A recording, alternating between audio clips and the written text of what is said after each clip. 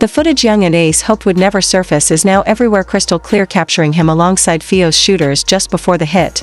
And let's not forget, one of those shooters already flipped and pinned the whole setup on him. That money on his head, you know, Ace had to put that 10K up, told me to slide, told me to smack through. What Ace was caught saying in Plottingan that leaked footage might just seal his fate behind bars for life. Yungeen Ace's alleged connection to Foolio's killers has been dragged into the spotlight. A viral clip, now flooding Twitter, YouTube, Shorts, and even law enforcement forums, appears to show Ace standing casually with two of the three men now charged in Foolio's murder just hours, maybe even minutes, before the ambush. This isn't just internet gossip anymore. According to reports, one detective described the precision of the hit as military style, and Ace's name is no longer coming up as a charting rapper but as a potential accomplice in a deadly operation. Could this footage tie one of Jacksonville's biggest rap names directly to the shooters who gunned down Foolio in broad daylight? Or is it just a case of guilty by association?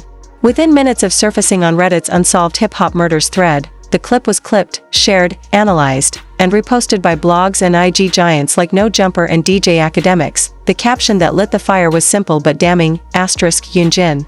Ace seen with Foolio's alleged killers before Tampa hit. Coincidence?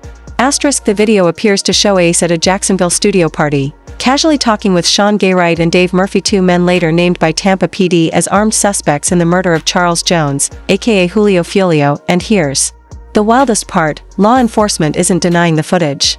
Just days after the hit, the Hillsborough County State Attorney confirmed they had visual evidence, even stating it publicly at a press conference.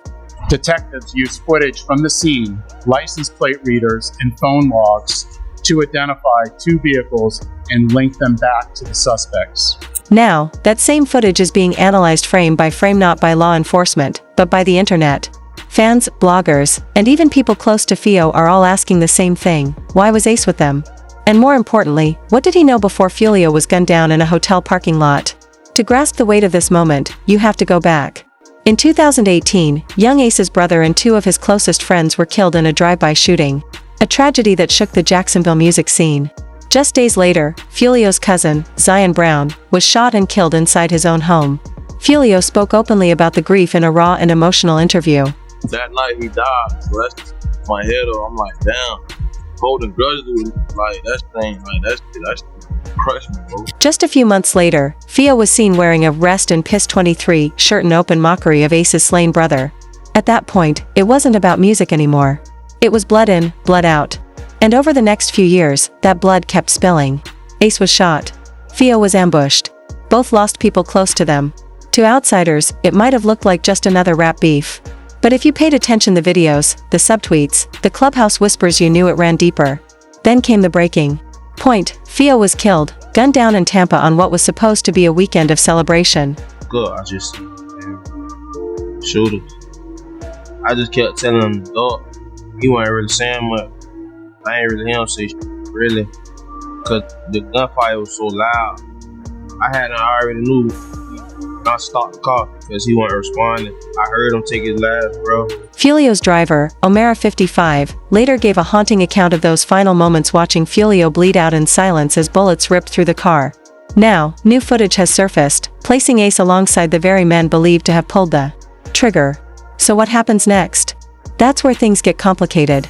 Ace has consistently denied any involvement in Foolio's death, dismissing the rumors as noise and shifting focus back to his music. But in a recent interview, when pressed directly about Foolio's murder and whether he had any role in it, Ace responded, "People feel like I'm behind a lot, but I'm not. I'm not behind.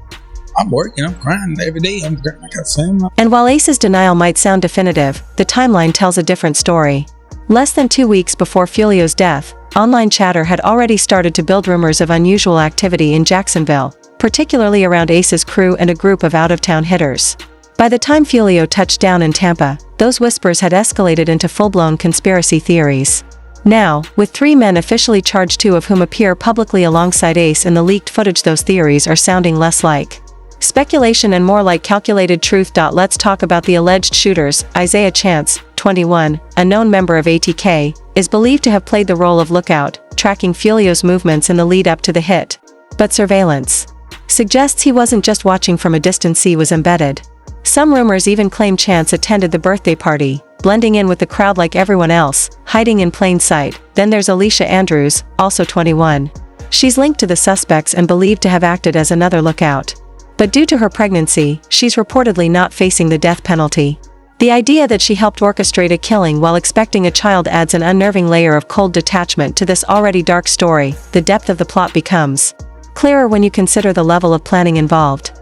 Foolio wasn't a stranger to danger, survived past attempts on his life and lost multiple friends to the streets. He knew the stakes. He moved carefully. He trusted few. But even someone as paranoid and street-aware as Foolio couldn't have predicted that his killers would get close enough to celebrate with him, close enough to sing "Happy Birthday" before pulling the trigger. The psychological coldness of someone who can smile in your face, laugh at your jokes, and then execute you hours later is chilling. Take Sean Gathright, just 18 years old and believed to be one of the shooters.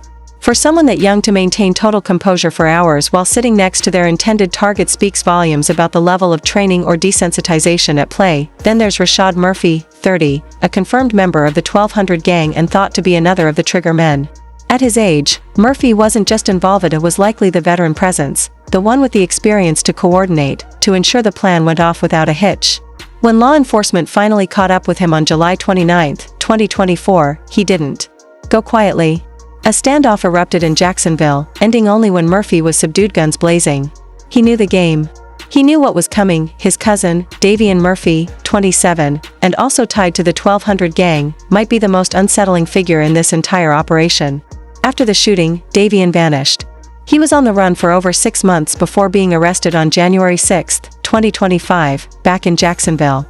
To stay underground for that long while your co-conspirators are being picked off shows just how calculated and prepared this operation was from the start. Even the location, the hotel, wasn't random. Every detail, from where Foolio was Prior to us getting to the hotel, he had called and made a reservation. And then we got to the hotel, he went in, checked in, and they told him that the rooms already been taken.